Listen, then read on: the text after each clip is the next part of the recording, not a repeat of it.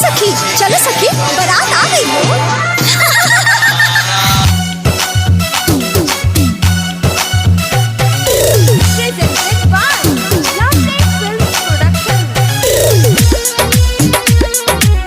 Music by गौरव रोशन।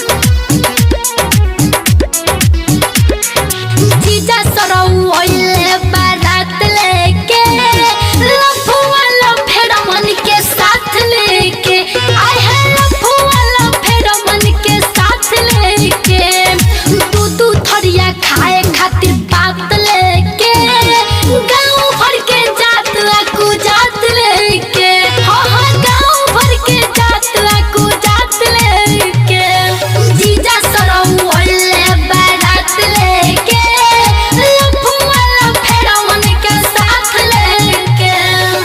अरे यार हो ना देख लोल की सुटवा लेके माल तो झक्कास बरी। अरे हाँ तो आज रात करे पर बीती चल ना। हाँ तो चल ना वही जान द्वार पूजे में जान पहचान हुई। हमें के हो की बोलो ये सहाली आइल बाडू में हो महानी में आजू के रतिया मजा उठा लो आओ चलो खरी हानी में आजू के रतिया मजा उठा लो आओ चलो खरी हानी में। अरे बक अपन मुँह न देखला हो। अरे ये सौखी हम न देखो टोपिया वाला के बुझाता भांटा में के टिकल हड़िया हो।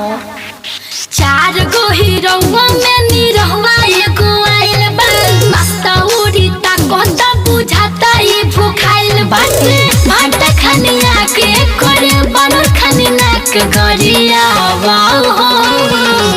आवा हो। चार गो बेल मुंडा में झिल मुंडा एगो आइल बा चप्पल उड़ी ताकोता बुझाता ये बिटाइल बा। अरे रे बुटलिया और देख तो छोड़ी तोरा के भांटा में के हाड़ी कोतिया। रुक रुक रुक बता क्या होता नहीं। ए सुनबो है ना सुनबो अपना बाप से ना पूछलू कि कैसन दामाद खोजले पड़े। कूदे कूद गाली काहे देलू ये भैया के साली कूदे कूद गाली काहे देलू ये भैया के साली साली हो सुना जीजा हो तो तारा दीदी के देहो साली हो सुना जीजा हो तो तारा दीदी के देहो। अरे ये सौखी पंडित जी छूचे रह जाइए का कुछ पंडित जी के सुनावो। जैसन पिलावा के पूछो वैसन पंडित जी के मोछ सुनी पंडित जी अब हाली हाली बेदा बाहु चारी सुनी पंडित जी अब हाली हाली बेदा बाहु चारी सुनी